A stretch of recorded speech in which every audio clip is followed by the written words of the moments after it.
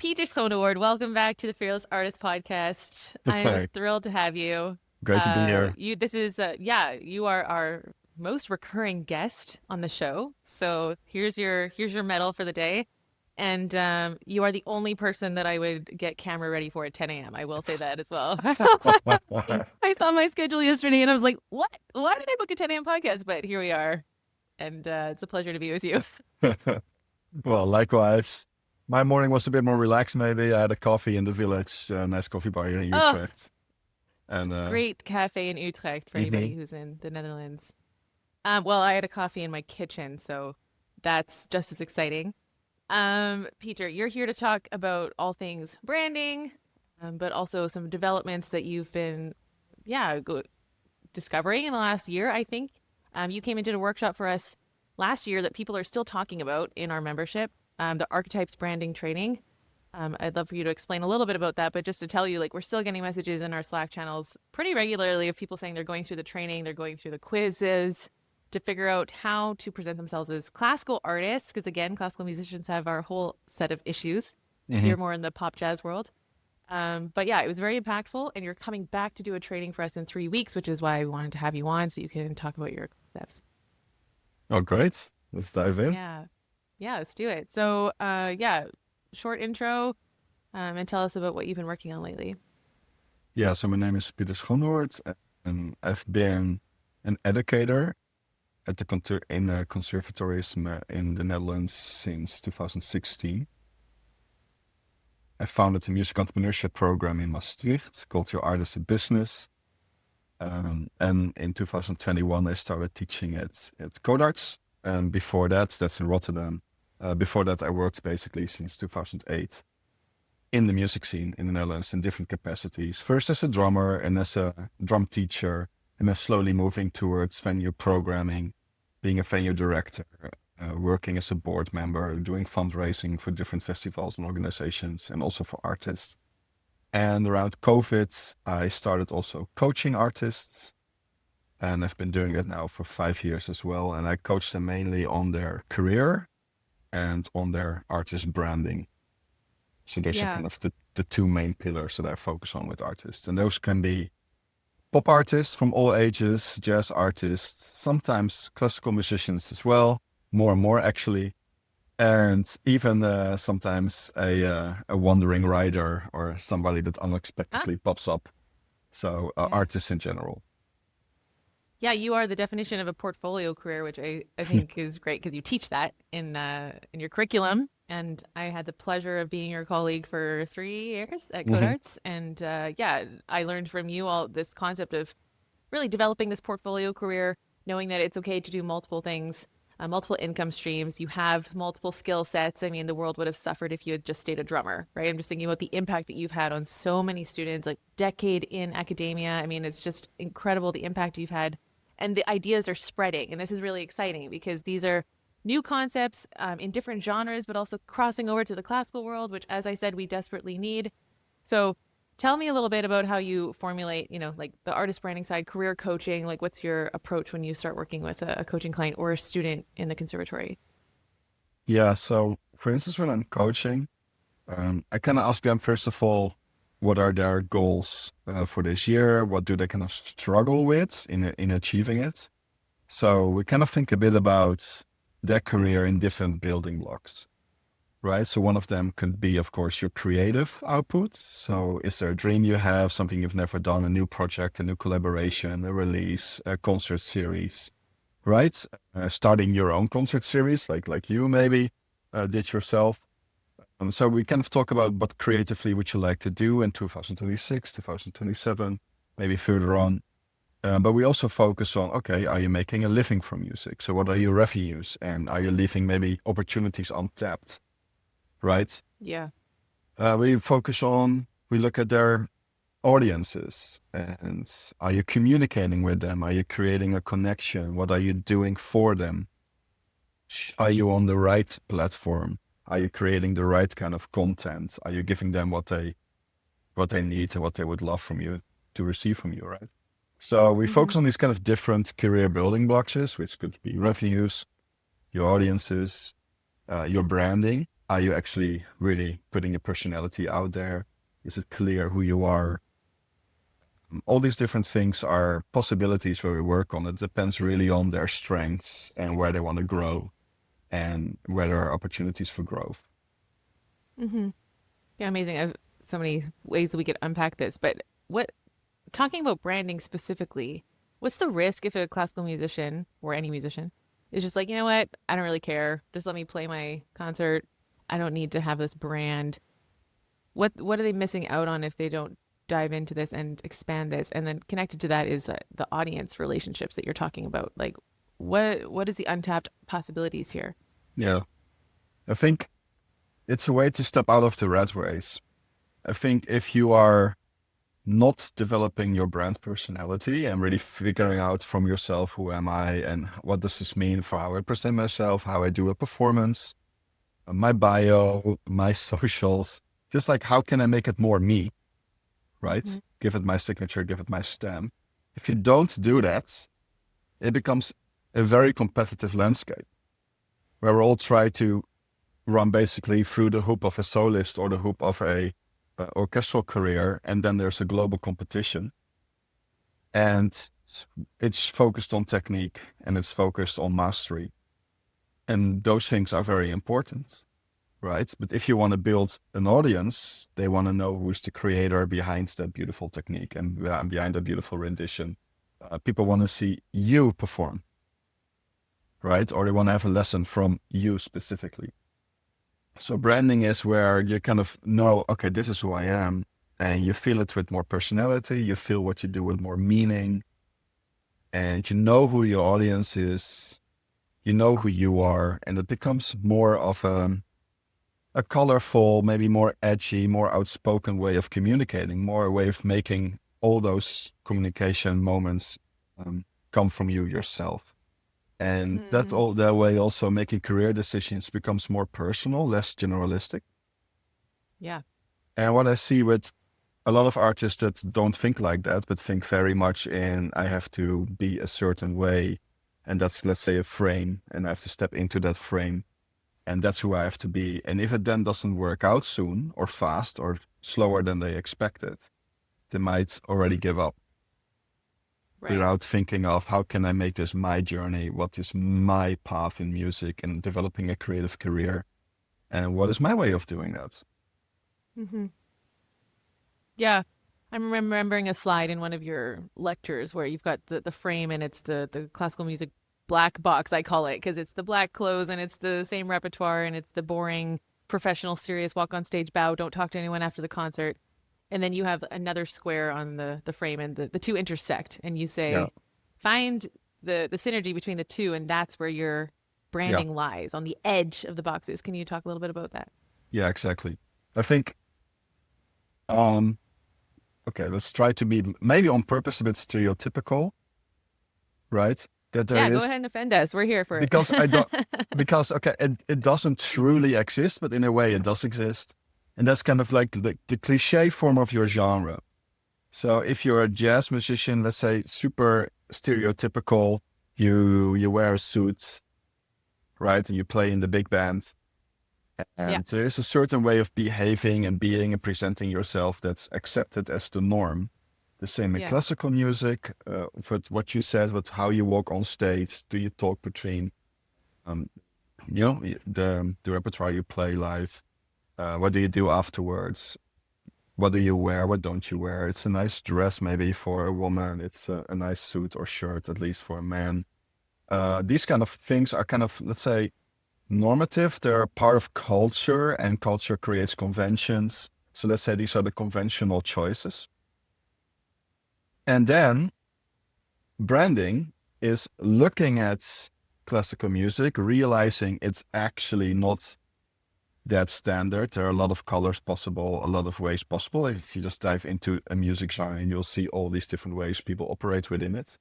So first of all, realizing that you're more free than you think, that there are actually a lot of possibilities. I mean, Miles Davis wouldn't fit that box of that musician that we just talked about in the jazz world, right? Always wearing the suits and playing exactly what's written on paper or something. He would totally not wear that, right? He was a fashion icon, breaking a lot of rules. So he himself didn't do that, right? So Mm-hmm. you can look at examples where people kind of strayed away from that norm, realize that you're actually kind of as free as you want to be. And then if you realize that there's actually a lot of possibilities, you have to start making choices. How do you want to behave? How do you want to present yourself? How do you want to create these musical moments on stage? How do you want to interact with your audiences? And the box that I put opposite of that, let's say the genre stereotype, is filled with art in general, other genres or other art forms that you want to bring to your art form and infuse it with, integrate with, have a dialogue with, right? Which could be maybe that you invite a painter on stage to paint something whilst you're playing. It could be that you recite some poetry during your performance that maybe makes you think of that Schumann piece, right? All these things are suddenly possible. So you can just look art wide and figure out where you think there's a beautiful connection from your Mm-hmm. taste, right? Mm-hmm. You can Yeah, look at, concept sorry, concerts. Yeah. yeah, No, no, go ahead. Just like the concept of a concert, coming up with different ways to present the music, I think is yeah. what you're getting at. Yeah. And if you have a passion for poetry or an interest in poetry, why would you not bring that to the table, Mm-hmm. right? You can still Mm-hmm. play beautifully and strive for perfection. And, Yeah. right, they don't I know I exclude each texted other. you from Budapest a couple weeks ago. I was Mm, at the North Sea String Quartet, and they all come on stage. And this is a string quartet, but they're pushing boundaries with the genre and playing with foil on their strings, and they're all wearing science lab coats, like a scientist lab coat. And yeah, it's so, I mean, it's so obviously memorable because I'm still talking about it. I'm not yeah, 100% sure on their album title name, which is interesting what we remember, what we don't remember. So yeah. just a testament to like somebody taking a risk. Because what do you think the risk is? Because there is potentially people are going to say, "Oh, this is a little weird." It's they've boxed themselves into being kind of like the weird string quartet. Let's say, do they play the typical Brahms, Beethoven? I don't know. I mean, I love them, so this is not a personal thing, but just to say, if you do take a risk and put yourself out there as something, I think that's some people get scared of the commitment to branding as well. Oh no, now I'm this thing and I need to keep up this thing. What do you think about that? Well, the few things were what you said already, and I also want to make a little distinction there. So first of all, you can think of branding as very conceptual, right? And then maybe you think of a whole concept, so with the lab coats, and you just think it all out, right? That's one way of doing it, and you see that in jazz, you see Okay. that in pop, Yeah. right? The other way of doing it is maybe thinking more in energy or in spirit, and it's more like how, if wild is a word for you, or romantic, or intimate, or adventurous. Okay, how can I embody this more and execute it? Right? It doesn't have to be a very tangible concept. It can also be more of a feeling and an emotion, right? So there are different ways of approaching it, which is interesting. And but what fits you fits you. The other part is why you ask, like, what is the risk? I think, well, people are sometimes afraid to be different, Mm-hmm. and you have to first acknowledge that we have some basic needs, right? And one of our basic needs is maybe stability and safety, right? And belonging. Yeah. So if you behave like everybody else, right? Uh, you belong to a certain group. People know who you are because you exactly fit the mold of it. So people Yeah. look at you like, oh, you're a classical musician, right? You wear the nice dress and you play and everything looks how it's supposed to look. It's very clear. So nobody will raise an eyebrow, right? And that gives you safety. It gives you a sense of belonging, and we shouldn't underestimate that and the importance of it. So first, actually, you're sighing a bit, like, but it's also a calming feeling. And sometimes I ask artists I work with to kind of stand in that for a moment, to just be like, look how calm it makes you feel, and like, hey, you have a place to belong and a way of doing it that's accepted by everybody, and that's an urge we have, that's a need we have. So let's feel that for a moment. All right, let's step into that. Okay, great. Mm-hmm. That is important. But Mm-hmm. life is about balance. So if this is one side of the balance, there's an opposite there as well. And the opposite is maybe that you also want to explore a bit and you want freedom, and you want to discover new parts of yourself and meet new people and see where you creatively can go with an idea. And that will demand you to explore and pioneer and step out of that comfort, and step out of that stability, and step out of that identity and that safety that it all offers. And that's a balance. And some people can step 100% to the right and step into that whole exploratory identity, maybe still feel safe. And other people will feel very unsafe. So you have to kind of grow into that if you need more stability and take maybe smaller steps. And maybe for you, it's enough that you are 80%, let's say, stable and 20% in this more exploratory mindset. And other people will I go like this a lot. 100%. Yeah. I like this a lot because it's saying baby steps. It's saying kind of try things, see what you like. I think you're also talking about authenticity. So doing things that feel aligned with who you are. You're Yeah. talking about what you're already interested in. If you mentioned poetry, so it's not being fake or putting on this persona. Because I know with the biggest pop stars, I mean, there's a lot of discussion around, how they rebranded Sabrina Carpenter, for example, is this, kind of pinup doll. That's recent. That's only the last couple of years. Previously to that, she wasn't. And maybe that's a testament to why she blew up so fast because they really cemented her image of who she is, being short and having to reach for the microphone and like these little things to kind of implement this image of who she is. Um, but that's also why she's so memorable. So I like what you're saying about exploring, trying different things. 20% doesn't have to be your whole overnight. You're something different. And I think with classical musicians, it's about they need a lot of coaxing. It's like, okay, try this and see if it works, and you can always adjust as you go, right? Yeah, but I Yeah. also think it comes with the level of control that's demanded in your playing, and you know.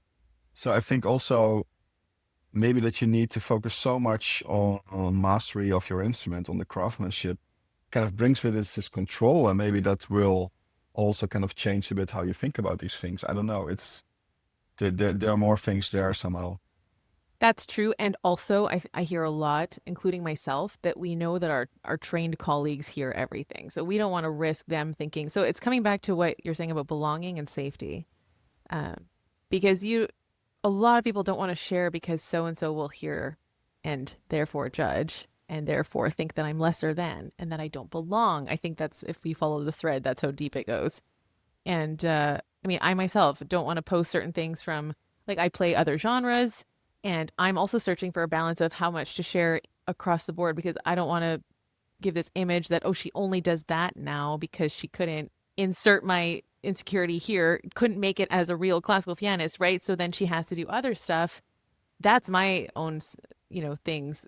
And I think we filter in the what we believe, we project that onto what other people might be saying if they see our content or what we're sharing or our branding or the website or whatever. And ultimately, I think all of us just really want to be excellent because that's why we chose this anyway. I mean, that's why nobody spends this much time and energy investing in something if they don't really want to be good at it. Yeah, yeah. We're good at it, right? So it's also kind of good to let broaden that it and kind of figure out what's your it, right? There we go. Right. Yeah. What's your it factor? Yeah. Okay, So so maybe yeah, you can lead us into what you're going to be teaching in the workshop coming up. It's on, I don't want to say the date. I did just look it up. I think the June 24th. 26th, 24. Okay, there we go. It's coming up last week of June. Let us know. Yeah, what's the concept for this branding? All right. Branding So training. Yeah. there's some branding concepts like archetypes, core values, these kind of things would have to do with kind of thinking about your core personality and finding ways to visualize that. Well, a lot of people will feel comfortable with thinking about their behavior on stage, and they might have ideas about colors that they like and clothes that they want to wear and these kind of things. So a lot of, right? So a lot of people feel comfortable and work mostly on their visual identity, I would say. How is my hair? What do I wear? What do I say? And I think an aspect of branding that's a bit less worked on with people is actually how do I write? So how do I express myself with words? So what we're going to work together on in the workshop is kind of finding your brand voice, which starts with what kind of words do you use, right? And then we can slowly talk a bit more about, okay, if this is your personality, if this is important to you, what would you talk about? So what kind of topics would your archetype of your brand kind of talk about? What comes natural? Uh, how would you do that in a professional artist bio? How would you do that on socials? What are kind of words that ring true to you? And what does this mean for your writing style? So do you have long sentences, short sentences? Do you follow all the official punctuation rules or not? So we're just going to talk about style, talk about your personality, and figure out with a few examples, like maybe, okay, let's all write a post from your identity about an upcoming live show. Okay, let's write a post about releasing a song, a recording, or a collaboration you've done. How do you write that little sentence your way? So that slowly your language also becomes less generic, and these social media posts that everybody maybe does that always look the same become more and more you, and feel more and more that, oh, of course, this is how she writes it. That makes totally sense that she makes this joke or says it like this. So we're going to talk about finding your brand voice and focus on writing there, and then we're just going to do it together and inspire each other and finding ways to do it. And you'll end and walk away with kind of your own brand voice template, which can be a little guide that fits on one page that you can use for your own content creation. This is so great because I see recently a lot of posts saying, rolling the eyes at the "I'm thrilled to announce," right? I've got concerts coming. I'm thrilled to announce I've been invited here. I'm thrilled to announce, thrilled to announce. Everyone says thrilled to announce. So everybody listening, if you're tired of promoting your concerts by saying that you're thrilled to announce, then you need to get to this workshop with Pieter.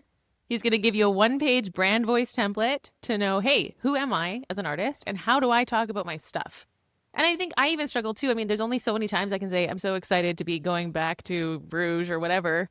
So excited. Yeah, it's true. I am excited. I'm an excited person, but maybe there's a different way that I can, talk about this. So I'm going to be definitely using this training. I'm excited to learn more. And I also want to highlight that this isn't just for Instagram, because we do have a lot of people who are into Substack now, or a lot of websites need updating that people they don't know how to talk about this stuff. And yeah, a lot of us are using AI, or talk a little about that, because in the description of the workshop you said if you're sick of the AI slop out there, then this is the perfect way to kind of overcome that. Yeah, it's the same story. After a while you just notice these AI tricks, which is usually that, for instance, they put three things in it, so it's always A, B, and C. So the sentences become longer and longer, right? So there's all these ways that you immediately see, like, certain words that are just sometimes just too difficult. You're just like, no. Yeah. Who uses this word?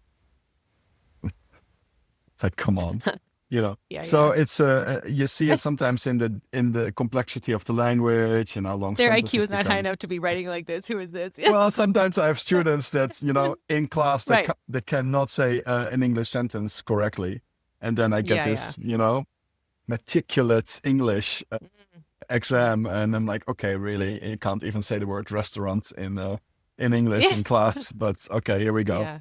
So that was a good point. There are some giveaways, and also, like mastering your instrument, it takes time to develop your own writing style, right? So it's just good to try and start working on it creatively and get some ideas and make some steps in that direction. It's a process and it takes time. It will take more time than one workshop, but it will definitely give you some guidelines and some direction. I mean, yeah, I'm even thinking of my concert series, Opus 16. Every time I go to write about an upcoming concert that we're doing, I don't know how to say, come to a wonderful evening when you will be, relaxed and gorgeous music. And of course it's good music. That's why I chose it. And I love the people that I'm working with. That's why I invited them. But I don't always know how to communicate that in a convincing way. And at the same time that I'm writing, I'm also criticizing myself, because I'm like, what are people, this is so, roll your eyes at this typical cliche way of saying, come to my concerts. I'm looking forward to diving in and thinking a little bit more clearly about how to differentiate. Yeah, we're going to do that. And I think the nice thing is that you put more people together so that you can every time listen to the ideas of everybody. I think that will just be very inspiring. Yeah. So the goal is, that you become a bit more playful with it, and that maybe it becomes easier to find some variation there. But also to more be aware of, like, what's my style of doing this, and also being okay with that. Great. Okay, so if you're listening to this podcast, everybody, and you want to come to this workshop, just DM us the word branding. We have an early bird rate up until a week before, so don't miss out on that at the Fearless Artist Mastermind on Instagram. Pieter, you were recently in Copenhagen to work at an institution with mid-level career women, you Yep, said, women, female artists. Is that yep, correct? Can you that's tell correct. us about that and what you were teaching them? Yeah, so it's a new initiative. It's called Band Academiet, Band Academy. So it's a pop initiative. It's been around for 25 years supporting young talent. So people that are maybe in conservatory or just graduated. And that's been around for a few decades already. So that's an amazing program. This year, for the first time, they said, well, there's not only young talents that need attention, but there are also people that are mid-career. So let's say they're in their 30s. So the youngest member was 29 and the oldest was 41. And people from all over Denmark could apply. So they had more than 200 applicants and they selected 10. And Wow. those 10 artists, they said, let's start with female artists because female artists also face different challenges than some male mid-career artists dealing with Okay. sexism in the industry, those Yeah. kind of things. So they went first for the first edition of this program with 10 female pop artists, well, however they want to identify, of course, in Denmark. And the program was hosted in Roskilde, which is half an hour away from Copenhagen, basically where also the Roskilde Festival is. And there I worked with them for a day, so a full day workshop. And the focus was audience, so building your audience, building a fan base. It was pretty intimidating because they're all doing it for, let's say, 15 years or more. So, of course, Yeah. they know what they're doing. They're professional artists. And then you come in as a coach. First of all, you should not come in as I am the know-it-all and I'm going to explain to you how to do this. So it was Yeah. very much a co-creative workshop where everybody could contribute and share how they do it. And then we can discuss what they do and what's maybe applicable for you and what maybe not. So these are people that have over 100,000, Instagram followers, have a lot of streams from Spotify, are signed with a major label maybe, or just dropped by a major label in some cases. So it was very interesting. They were all over the pop music spectrum, from total punk rock, to electronic DJs, to session musicians, just a female drummer. So it was all over the place. There was also, of course, challenging that the palette is very diverse. Yeah, and then the question is, well, what do you work on? So first Mm-hmm. of all, what I notice a lot when talking with artists is this focus on numbers, right? And actually, if you start looking in your country at successful artists, you will discover that often they don't have huge numbers, which is interesting. So Mm-hmm. in the jazz world and in the classical world, first of all, numbers are often a lot lower than in the pop world, right? So if you maybe as a classical musician, maybe look up somebody who's maybe 5 years ahead of you, is performing a lot in your country or a lot internationally. You just actually look up what they're doing. And often I found in jazz and classical in the Netherlands that maybe they have 8,000 followers or 3,000 followers, and they're playing a lot. And in the Netherlands, if you have 15,000 followers, it doesn't sound like a lot, but a lot of these people have great careers and are performing actually all over the place. So first of all, this focus on numbers might be a total distraction. If you actually look Mm. at people that have great careers and don't have 1 million followers, right? Or 100,000 followers. So if that's not the end goal, although it can matter and can maybe matter for a venue programmer, if you're, let's say you're comparing two artists, they're artistically equal. One has a large fan base, one doesn't. Yeah, okay. Who do you book? Maybe the one that has 50,000 followers more. That could be a reason as a venue, for instance, to book an artist, maybe a deciding factor. But it's not the goal and the end goal of everything. So maybe besides quantity, it should be more about quality. And it should be more about connection and how do you communicate people? How do you activate people when you maybe need them, right? For a crowdfund or for an album release or for a tour that's going to happen. Yeah. So And we were these focus more on women that. mostly, were they DIY, or they had managers, or where were they at? They were actually all DIY because the one that was with the major label got fired from it, got Okay. dropped, as we call it. Yeah. And because basically they wanted this artist to sing in Danish, because English is a smaller market in Denmark. It's the same in the Netherlands. If you sing in English, it's actually quite difficult Okay. in a way. And it's hard to go from a English singing Dutch artist or Danish artist in that sense to maybe the UK or America, because there are a Right. lot of English singing artists there. So that's kind of interesting right now. It used to be sing in English maybe 30 years ago, and now actually it's very much singing your own native tongue. So we were talking a bit about that as well. Okay, you've been with the label for years, and now suddenly you have to do it all yourself, right? Both Interesting. liberating and it's of course scary if you're in her shoes. So, what were some of the ideas when you're talking about whether you have a small or large fan base, activating them? What were some of the things being shared? Yeah, so we mostly focused on kind of thinking in strategies. So for instance, if you have a release, do you have a strategy for getting people to your streaming platform? So DSP strategy, or if you want to call it like that.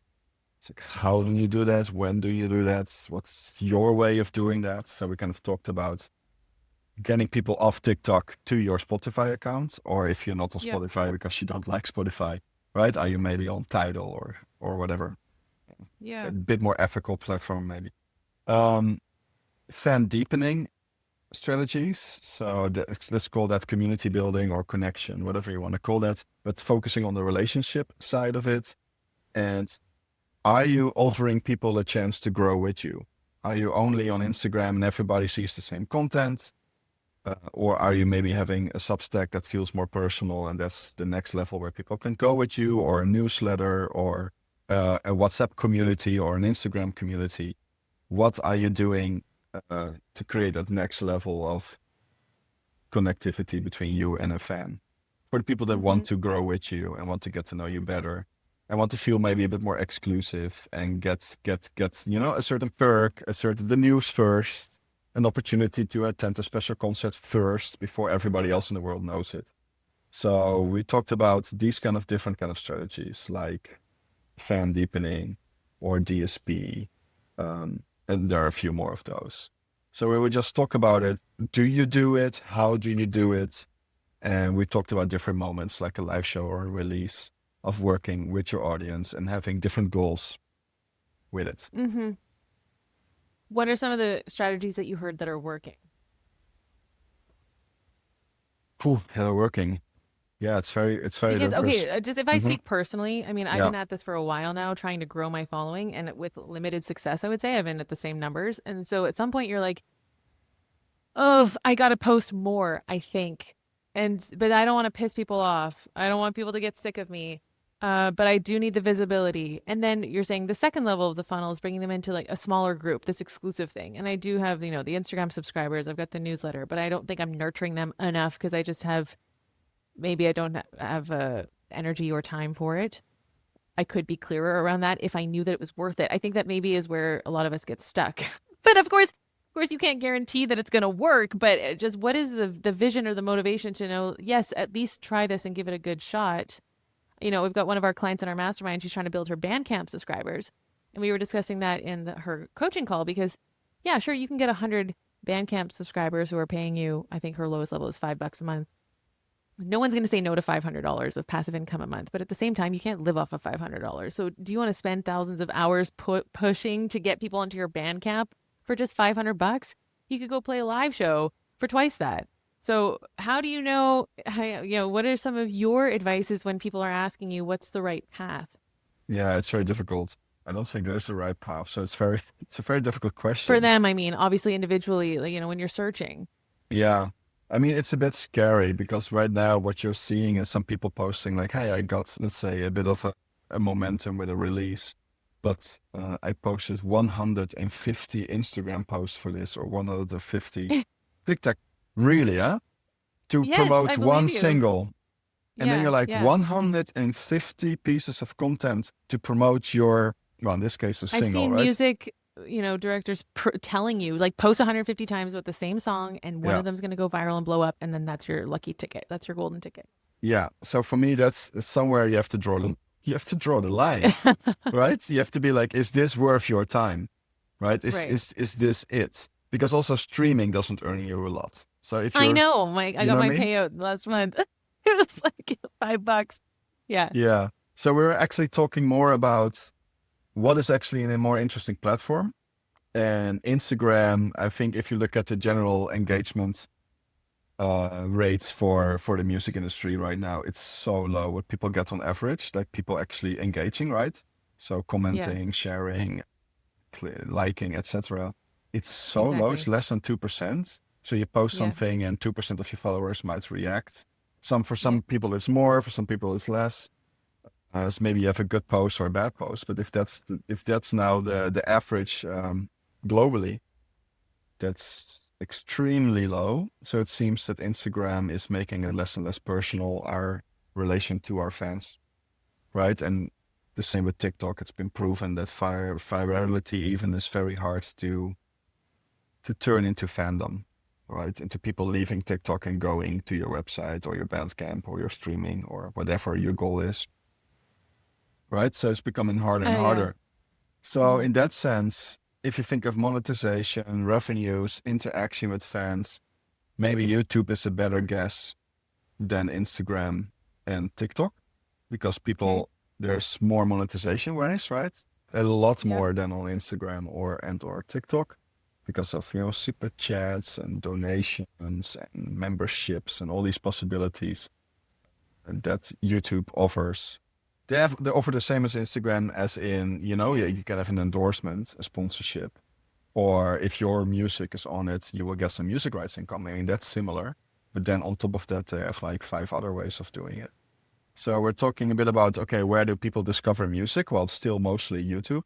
So that's in that sense more interesting than Instagram, where people actually discover music. YouTube is number one there. There's more ways of interaction. There's more ways of monetization. So are we actually on the right platforms? What should actually be the role of an Instagram or TikTok if you want to do that? What should be the Yep. role of it? And should that be your primary focus nowadays? And maybe now in 2026, the answer is maybe no. And maybe creatively focus more on something like YouTube and use Yeah. Instagram more for getting people to YouTube and more for discovery maybe, but less for maintaining a relationship. I mean, there's not a one-way roadmap. We were more just discussing what everybody was doing, and everybody was struggling with this, and everybody was seeing their numbers kind of drop. Okay. So, Yeah, and yeah, these are 10 women who were selected out of 200 applicants. So it's good to hear that this is across the board. I think we've been using Instagram more as community building because all yeah, of our clients for TFA come through Instagram. I would say 85%. We've got a few through the website.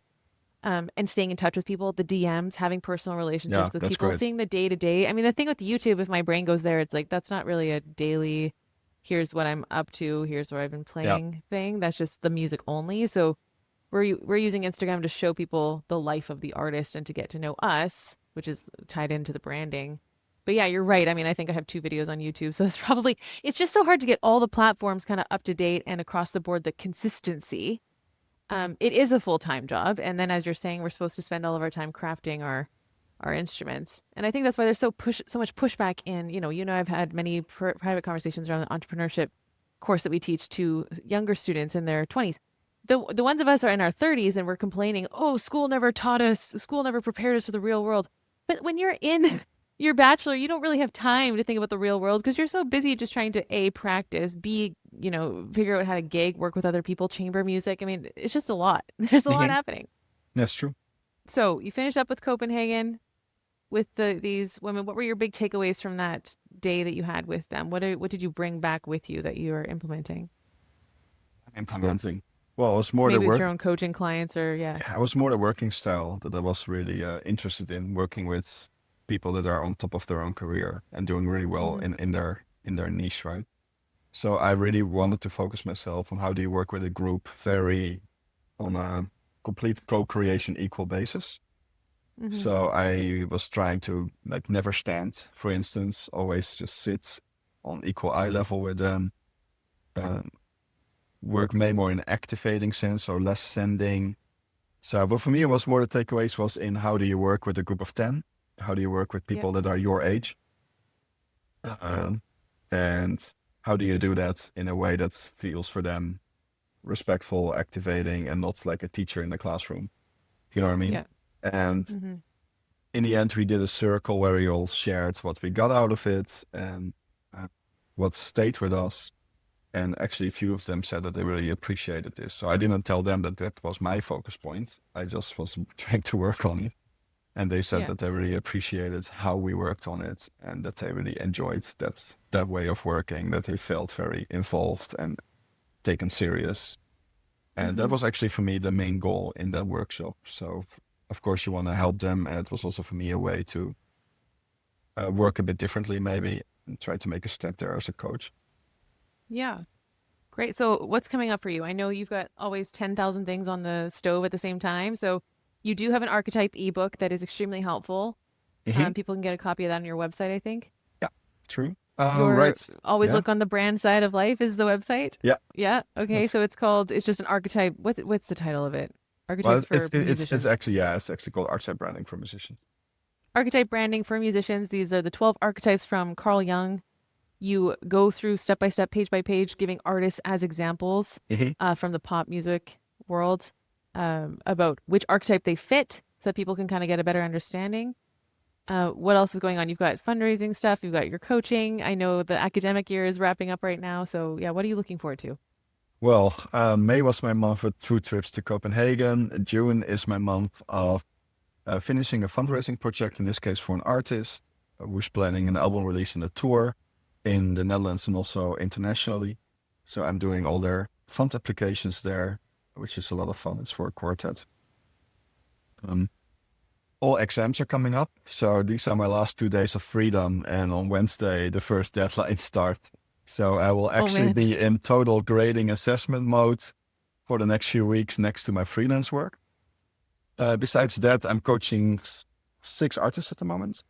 They're all Okay. kind of around their 30s. Okay. Jazz artists, a few pop artists, and one classical musician as well, a violinist. So I'm working with them as well on their career goals. So it's a nice mix at the moment. But yeah, the main focus is on surviving this month and finishing the academic year with students at least having have received a grade. Yeah. Well, we're thriving, not surviving. And you will be with us on June 24th, thriving to teach finding your brand voice. I think we're calling the workshop Your Bio is Boring, but it's not your fault. Okay, So I it's like not it. your fault everybody your bio is boring because you've been taught to make your bio an obituary. You've been taught that you should write facts and figures about your life and how old you Totally. were when you started playing the piano and where you've played and how many teachers you've worked with and all that stuff. But that is not what your bio should be. Your bio should be exciting and using language that will describe you as an artist, which Peter is going to teach us how to do on June 24th. So just DM us the word branding. We'll get you the link for that. Peter, you've shared all your wisdom with us again today. What's one action point that people can do after listening to this episode to go be fearless? Well, for the workshop, it would be great actually to dive a bit into your archetypes and maybe also core values. So Google that a bit if you are not familiar with it. And think of a few words for yourself that best describes you. So maybe think of 4 keywords that are for you very important. So if you feel like I'm an adventurous person, or I'm into intimacy or romance or mystery or nostalgia, think of what are words for you that best describe your personality. And then in the workshop, we'll work on how you bring those to life. Amazing. So find your archetypes, find your core values, sign up for the workshop on June 24th. Peter, it's been a pleasure as always. Thank Thank you you, for the work that you Michelle. do for artists and for helping us be our own unique voices. And yeah, we'll see you soon on the 24th. Let's do it. All right. Thanks everybody for listening, and we'll catch you on the next episode of The Fearless Artist. Be fearless.